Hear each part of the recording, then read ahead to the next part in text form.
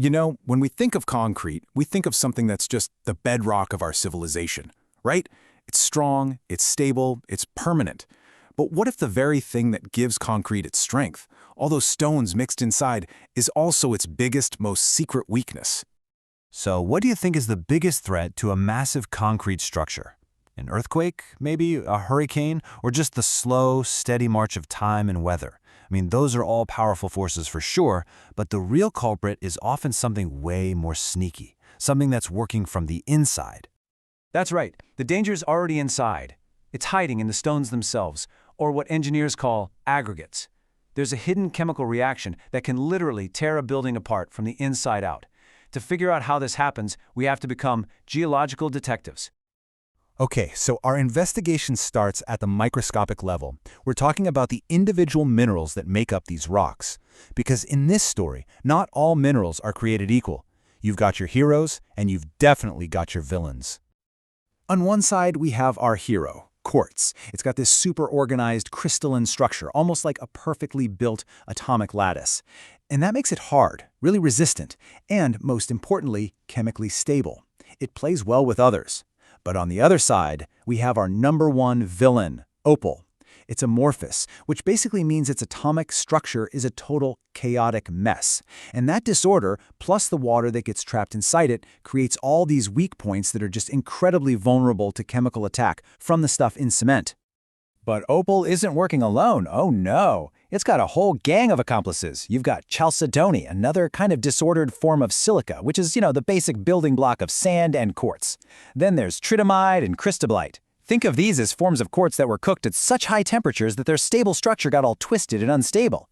And get this, even our hero quartz can turn to the dark side if it's put under enough geological pressure. It becomes something called strained quartz. And it's not just about silica either. Meet pyrite. You probably know it as fool's gold. And yeah, it looks pretty, but this iron sulfide is a huge problem.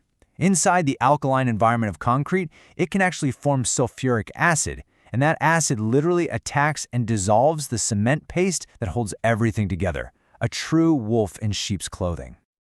So we've met the individual mineral culprits. Now let's zoom out a bit and see how they team up to form gangs, or what geologists just call rocks. A rock's origin story is really the key to knowing if it's safe for construction or if it's a ticking time bomb. First up, we've got igneous rocks. These are literally born from fire. So when molten lava cools down really slowly, deep underground, it forms these big, stable crystals, like what you see in granite. But when it cools super fast on the surface, like in a rock called rhyolite, the crystals are way finer. And that fast cooling can trap unstable reactive glass inside. Next up, sedimentary rocks. These are basically made from tiny little bits of older rocks, sand, organic matter, all of it just squeezed together over millions and millions of years. And this process creates the perfect hiding spots for our villains, opal and chalcedony. They often just lurk in rocks like chert and greywacke, waiting to cause trouble. And finally, we have metamorphic rocks. These are rocks that already existed, but they got fundamentally changed by incredible heat and pressure deep inside the earth. And this is where it gets really tricky. That same intense process can take perfectly safe, stable quartz and just stress it out, twisting it into that dangerous strained quartz we talked about earlier. So you've got these three main rock families, right? But here's the kicker. They aren't all equally common where it actually counts for us. While most of the Earth's deep crust is made of those stable igneous and metamorphic rocks, a staggering 75% of the rocks on the surface, the ones we can actually dig up and use for concrete, are sedimentary. This means we're way more likely to run into the exact rocks where our troublemaking minerals love to hide.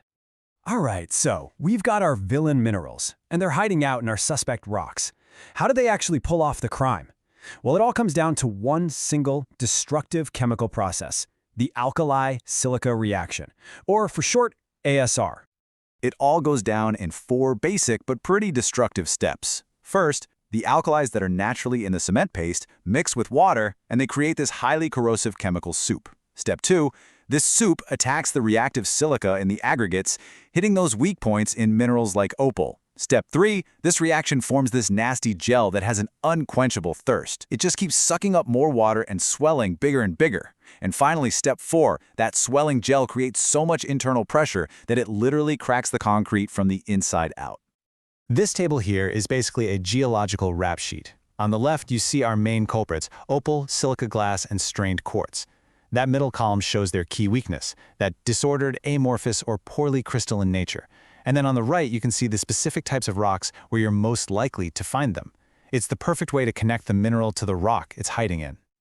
Okay, so with all this scary stuff lurking in the ground, you might be wondering, how do we build anything safely? Well, we have to be smart. And this is where geologists and engineers act like detectives, putting every potential rock aggregate through a rigorous police lineup. It really boils down to this simple but absolutely critical idea. It's not about avoiding certain rocks altogether. It's about being incredibly careful. Every single potential source of aggregate has to be thoroughly vetted before it even gets close to our buildings and bridges. And believe me, this screening process is intense. Experts perform a petrographic evaluation, which is basically a mineral autopsy under a microscope to identify the whole cast of characters. They visually inspect hundreds of individual pieces, looking for any red flags. Any bad stuff, weak, porous, or clay-coated stones, get systematically removed. The goal is to limit these poor quality materials to less than 5% of the entire mix. And finally, they run engineering tests, like the LA abrasion test, to physically batter the rocks, making sure that only the absolute strongest survive. So the next time you walk past a concrete wall or drive over a bridge, just remember that you're looking at this carefully curated collection of ancient geology. The stones in our cities have million-year-old histories. It kind of makes you wonder, doesn't it? What other secrets are hiding in plain sight in the structures you see every single day?